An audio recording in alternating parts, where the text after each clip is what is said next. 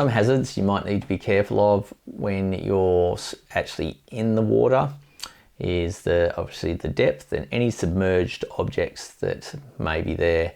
You may be managing a bit of swell fine when you're snorkeling, but a submerged object means that as the swell hits it, a normal swell wave will actually jack up over the submerged object and potentially create a wave and roll over.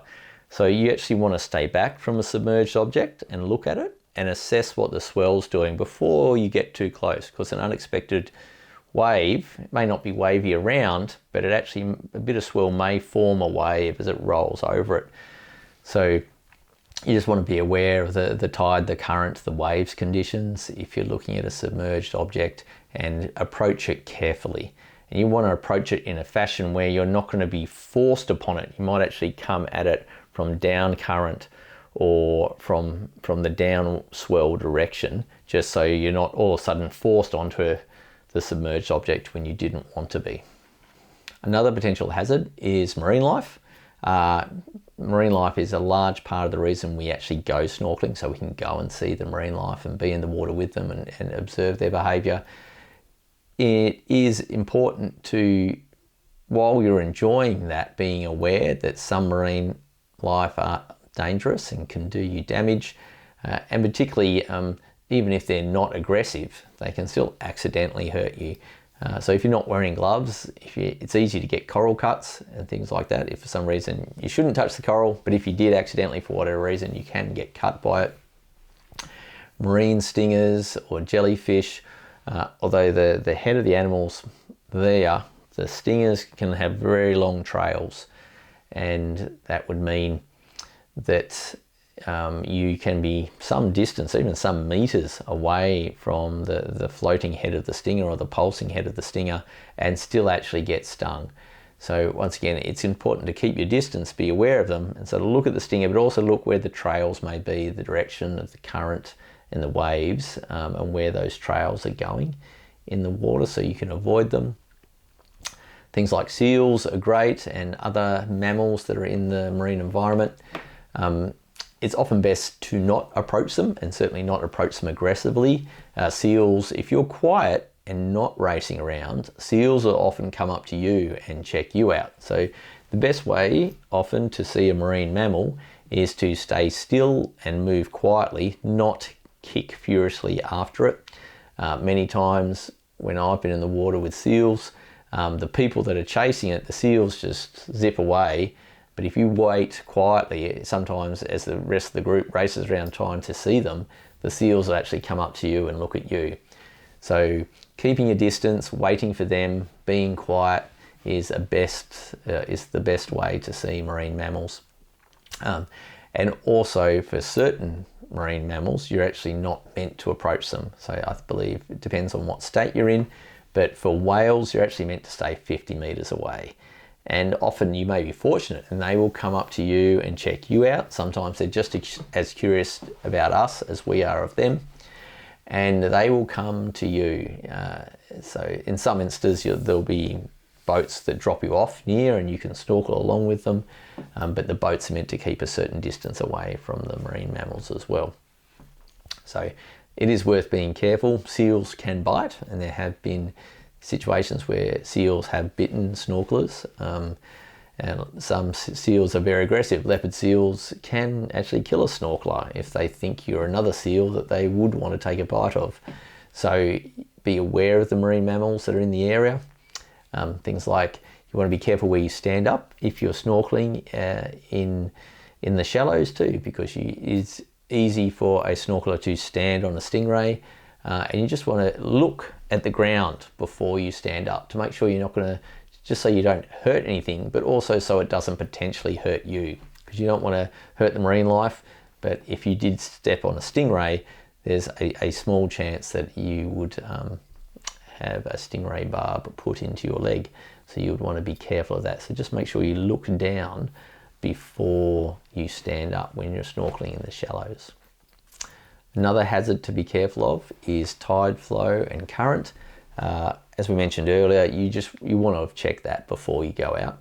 It's maybe seem obvious, but the fact that the tide can change over time, and you want to make sure that not only you've still got the exit point you thought you had, but also it can tend to draw you along, and kicking against a tide, particularly if you've got a large body of water and the tide passes through a channel, it can move very, very fast in some instances, and faster than you could swim against.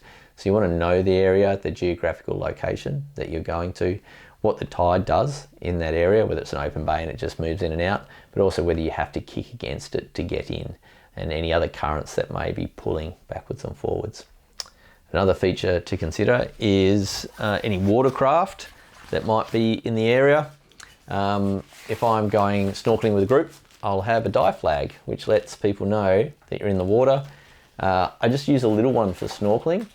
You can get bigger flags, and I tow this around with me when I'm snorkeling. It has a weight on the end, or can have a weight on the end, so if I want to dive down, I can just drop the weight and let it sit there, and it bobs quite happily. It's just a really good feature, so boats can see you and you're not going to get run down by a boat or a jet ski, and it's not any problem just to have this. There's no real weight in it when you're snorkeling along, it just bobs along behind you. And I've had another one with a slightly larger inflatable bladder on it when I've been taking people snorkeling, and they've actually just, once again, if they've been a bit tired, they've sort of held onto that bladder, and the flag's not an issue, and then you know where the tired person is as well, which is often handy. Another hazard is getting too cold or too hot.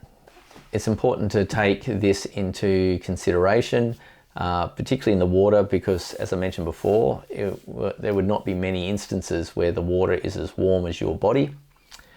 So you're constantly cooling down, and the water is a good conductor of heat. So if you get hypothermic, so hypothermia is when you're getting too cold and your body's core temperature is moving down.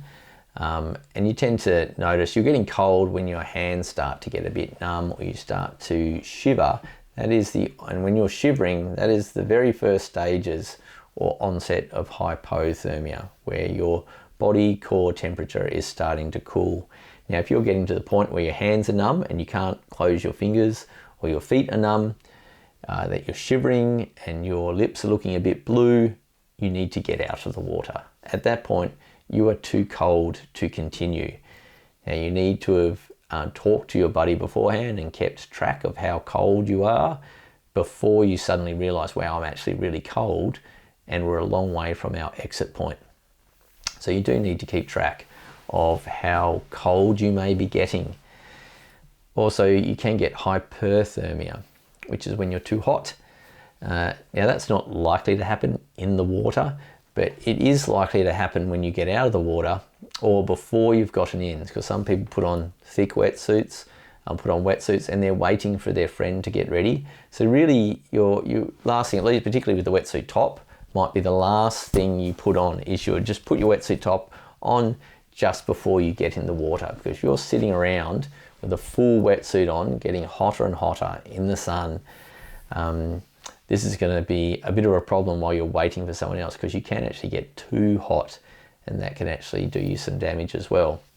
So you want to stay comfortable, you want to plan how you're getting ready, and you want to be aware of where everyone's at in terms of getting in the water, not just yourself. So you might get ready really quick and be ready straight away.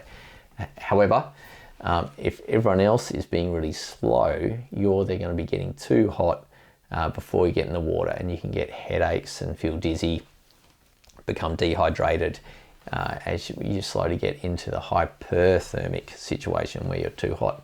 Fortunately, you can ask, can I just drop in the water for a minute just to cool down and then hop back out? And because most groups would not want you snorkeling around by yourself until your buddy's ready, but you can ask just to dunk in, get a bit wet, get some cold water in your suit, and then jump back out again just to cool yourself down. So that's an important way to manage that. Another thing to be wary of is dehydration and sunburn. It's sometimes difficult because you're in the salt water and it's sunny, so you might feel quite cool because you're in the water and you're not aware you're getting sunburnt because the water's constantly splashing on your face and keeping you cool, but you can get quite badly sunburnt, particularly on your arms and legs if you're not wearing a full lycra suit or a full wetsuit.